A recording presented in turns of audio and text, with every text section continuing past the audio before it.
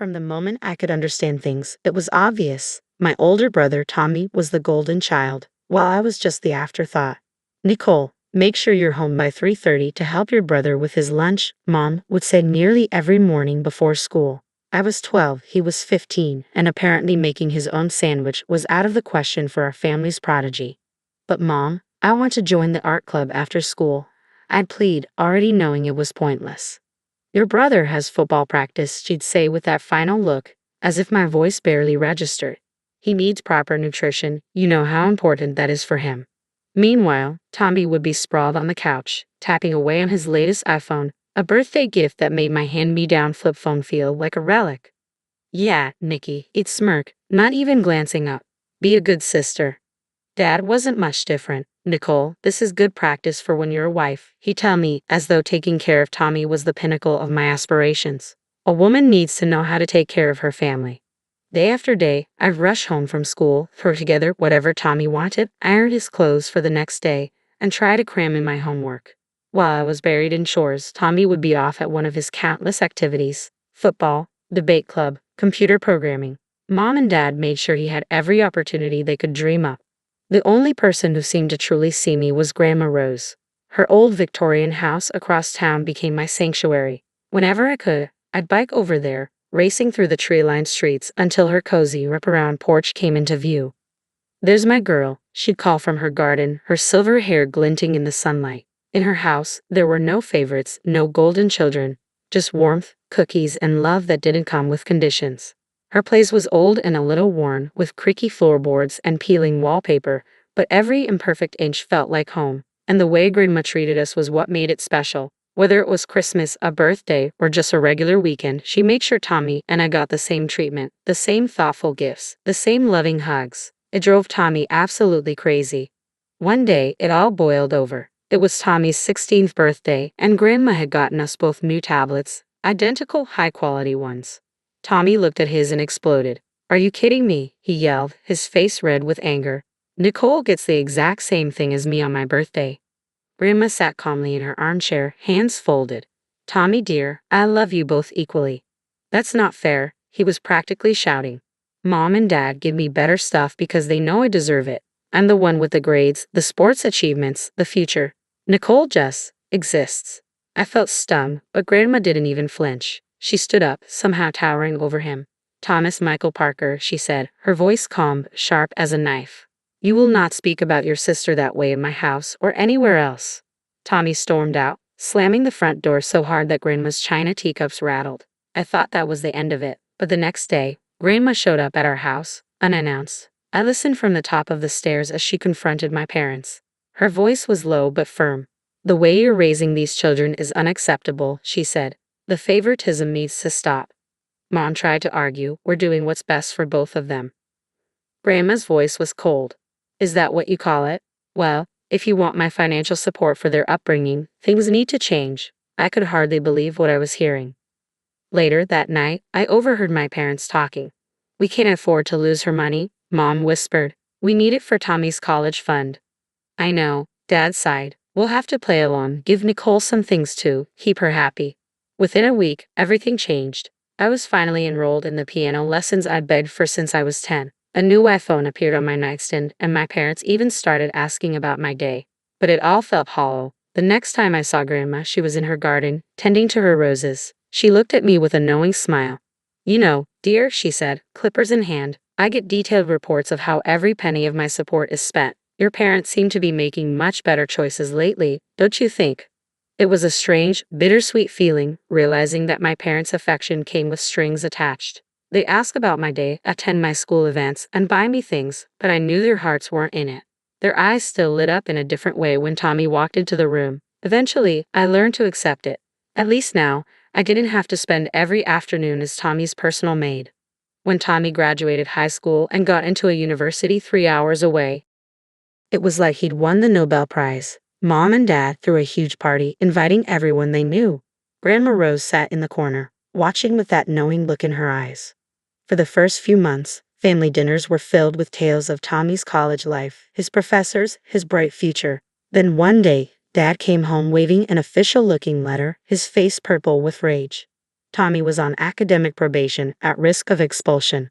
All those study sessions he'd been boasting about had really been parties. Grandma Rose showed up the next day, angrier than I'd ever seen her. "If you don't get that boy in line," she told my parents, her voice like steel, "don't expect me to pay for another college when he gets himself kicked out." The threat of losing Grandma's support sent my parents into a panic. They drove to the university that weekend. Whatever they said must have shaken Tommy, because when he called home the next week, he sounded different, subdued. For once in his life, he'd had to face real consequences. By some miracle, he managed to pull his grades up enough to stay in school, and he eventually graduated. Meanwhile, I was accepted into the business management program at a nearby college. Grandma paid my tuition, though my parents barely seemed to notice. When I was in college, making the dean's list was celebrated with nothing more than a phone call from Grandma. 4 years flew by, and suddenly, it was graduation day. Grandma was there, beaming proudly. My parents showed up too, but they spent most of the ceremony talking about Tommy's new job. By then, I didn't care. I had my degree and, better yet, a job offer from Parker and Associates, one of the largest marketing firms in town. When Grandma Rose passed away, it felt like the world paused. At her funeral, I could have stopped staring at her garden, wondering who would care for her beloved roses now. A week later, we gathered in her attorney's office for the reading of her will. Tommy flew in from out of state, dressed in a pricey suit that made him look like a kid playing dress-up. Mom and Dad sat between us, as if they still needed to be referees after all these years.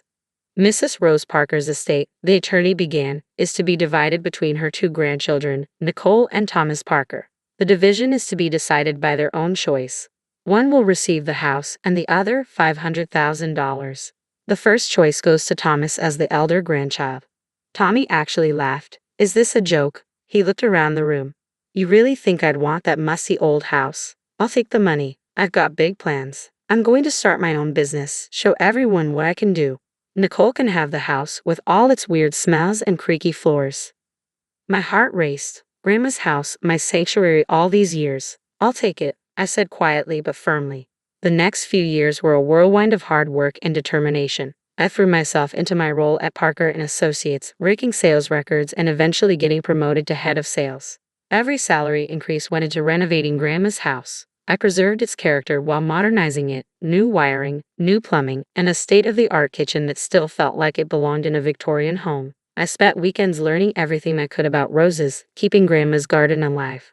When the renovations were done, Mom and Dad visited. I watched as they walked through the restored rooms, their eyes wide at the crown molding, the gleaming hardwood floors, the gourmet kitchen.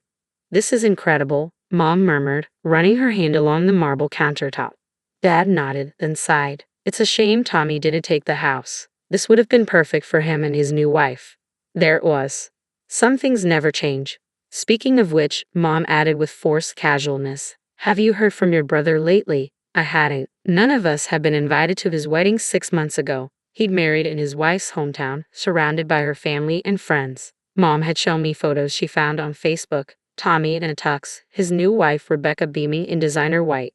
Then one Sunday afternoon, while I was pruning Grandma's roses, the doorbell rang. I wasn't expecting anyone, so I took my time wiping my hands before answering. When I opened the door, I nearly dropped my gardening gloves. Tommy stood there, looking nothing like the successful businessman he portrayed on social media. Beside him was Rebecca, eyeing my home as if conducting an inspection. Tommy gave me a strained smile. "Can we talk privately for a minute, Nikki?" We stepped into Grandma's old study, now my home office. Tommy closed the door, his face desperate. "I need your help, sis," he whispered. "The business, it's falling apart. We're about to lose everything. We had to give up our apartment." He ran a hand through his hair. "Could we stay here for a while? Just until things turn around?" I stared at him, stunned. Tommy had never asked me for anything, unless you counted all those years of entitled demands. But for the first time, I saw my brother, not my parents' golden child. "Okay," I heard myself say, "but only temporarily." The next morning, the doorbell rang again. This time it was Mom and Dad, practically bursting with excitement. We came as soon as Tommy told us. Mom rushed past me to hug Rebecca. "Oh, sweetheart, we're so happy to finally meet you in person." For the next 2 hours, I might as well have been invisible. I served coffee at Mom's request and listened as Rebecca charmed my parents with tales of her family connections and Tommy's brilliant business ventures. "Nicole," Mom called as I headed to the kitchen, Be a dear and make us some lunch, something nice. Rebecca's used to fine dining. That set the tone for the weeks that followed. I'd come home from long days at work to find Tommy and Rebecca lounging in my living room waiting for dinner. One evening, as I walked through the door, Rebecca glanced up from her phone. "Aren't you going to start cooking?" she asked, barely looking at me. "We're starving." I had just worked a 12-hour day. I dropped my briefcase and replied, "Why don't you cook something?"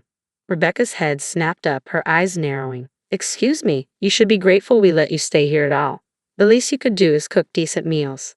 I turned to Tommy, bewildered. He pulled me into the study, closing the door behind us. "Look," he whispered urgently, "Rebecca thinks this is my house, that I'm letting you stay here out of kindness. She comes from money, Nikki. She's used to a certain lifestyle. If she finds out I'm broke, she'll leave me."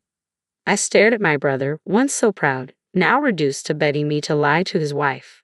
"Fine," I finally said. "I won't tell her, but you two need to start treating me with respect in my own home. No more demands, no more attitude. Deal?" "Deal," Tommy said, relief washing over his face. True to his word, Tommy's demands for home-cooked meals stopped. Instead, I'd come home to find takeout containers from upscale restaurants scattered across my kitchen. Rebecca would lounge on the couch, picking at pad thai or sushi, barely acknowledging my presence. I didn't ask questions. I was just glad not to be playing chef after long days at the office. The arrangement worked for a while. They stayed out of my way, and I stayed out of theirs, until I got a call from Mom. "Nikki," she started, her tone sharp, "we need to discuss these restaurant bills. Tommy said you'd cover the expenses at the end of the month. It's almost $3,000. I nearly choked on my coffee. "Excuse me." "Well, you can't expect them to starve.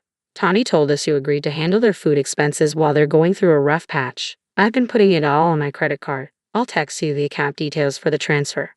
Hands shaking, I hung up and texted Tommy, "Come to me, now." Within minutes, he was in my study, looking nervous. "Care to explain why Mom thinks I'm covering your luxury take-of habit?" I asked, my voice cold. Tommy's face flashed with guilt before he scrambled for excuses. "Nikki, you have to understand. Rebecca has certain expectations. If she knew how bad things were—" "Stop," I said, holding up a hand. "I've heard enough. This ends now." He looked desperate. "Just give me more time. Please, Nikki. I'll figure something out. I promise." I studied him, the brother who'd had everything handed to him his entire life. "Fine. One more chance. But figure out your own food situation. I'm not paying a cent." The next 2 months passed uneasily. I'd come home to find my house in disarray, my evenings spent cleaning up after them. Tommy and Rebecca lived in their bubble, taking lunch with their parents, shopping, and dining out as if nothing was wrong. Then, one evening, I came home early, looking forward to a quiet night with a glass of wine, only to find Rebecca waiting for me in the living room. "We need to talk," she announced, gesturing for me to sit. I raised an eyebrow but took a seat. Might as well hear whatever this was about. "I've been patient," Rebecca began, inspecting her manicured nails. "But enough is enough. From now on, you'll pay us $2,000 a month in rent. That's fair, considering the neighborhood. And you'll resume cooking and cleaning duties." I couldn't help it. I started laughing, loud and unrestrained. Rebecca's face darkened. "What's so funny?" "Rebecca, there's a misunderstanding here. This is my house. I own it. Your husband is staying here because I took pity on him." The color drained from her face. "You're lying?" "Call him," I said, leaning back in my chair. "Ask Tommy who owns this house." Hands trembling, she pulled out her phone and dialed. "Tommy," she snapped, "Nicole is telling some ridiculous story about owning this house. Tell her she's mistaken." There was a long pause, then Tommy's voice crackled through the speaker. "She's telling the truth. It's her house. Grandma left it to her. I took the money she offered me to start a business. But I failed. We're broke." Rebecca shot to her feet, knocking over a glass in her haste to get upstairs. I heard her slamming closet doors and throwing things around, packing in a fury. Within minutes, she was dragging her designer luggage down the stairs. She didn't look back as she left, the front door slamming shut like a gunshot. The next morning, Tommy stormed into the kitchen, his face twisted with rage. "This is all your fault. Rebecca's divorcing me, and she won't even talk to me. You had no right to tell her." I set down my coffee cup, calm and resolute. "No, right? This is my house, Tommy, the one you laughed at me for choosing, the one you lied about to your wife while mooching off our parents. And you're telling me I had no right? You've always been jealous of me, haven't you?" he sneered. just waiting for a chance to get back at me. Get out, I said, my voice quiet but firm. Take your things and go. He glared at me, then stumped upstairs, throwing things around in the guest room. When he finally left, he didn't say goodbye. I had exactly 1 hour of peace before my phone rang. Mom's name flashed on the screen. How could you do this to your brother? She demanded, her voice shrill. He's devastated. He's back with us, crying his eyes out. That's not my problem. Of course it's your problem, Dad's voice chimed in. You need to give Tommy the house. It's the only way to save his marriage. Rebecca might come back if they have a proper home. I laughed. You're serious? You want me to give away my house because Tommy lied to his wife and ruined his business? Help your brother, Mom merely shrieked. Family helps family. I felt years of resentment bubbling up. Where was that family spirit when I was cooking and cleaning for Tommy? When you ignored my achievements to praise him? Grandma's the only one who ever treated me like family, and she left this house to me. Conversation over. 2 months later, I heard through colleagues that Tommy's company had officially declared bankruptcy, and his divorce was finalized soon after. He was living with our parents, who still called it regrouping, their favorite euphemism for Tommy's failures. One Sunday, all three of them showed up at my door. I watched through the security camera as they rang the bell again and again, Mom calling out, Nicole, we need to talk as a family. I picked up my phone and sent a single text to all three. Please leave. Do not come back or I'll call the police. They eventually left, but not before Mom left a casserole on my porch with a note about forgiveness and family obligations. I donated it to the homeless shelter down the street. These days my life is peaceful. I tend to Grandma's roses, which are blooming beautifully. My career is thriving. I made Executive VP last month. I feel good, and it's all thanks to Grandma.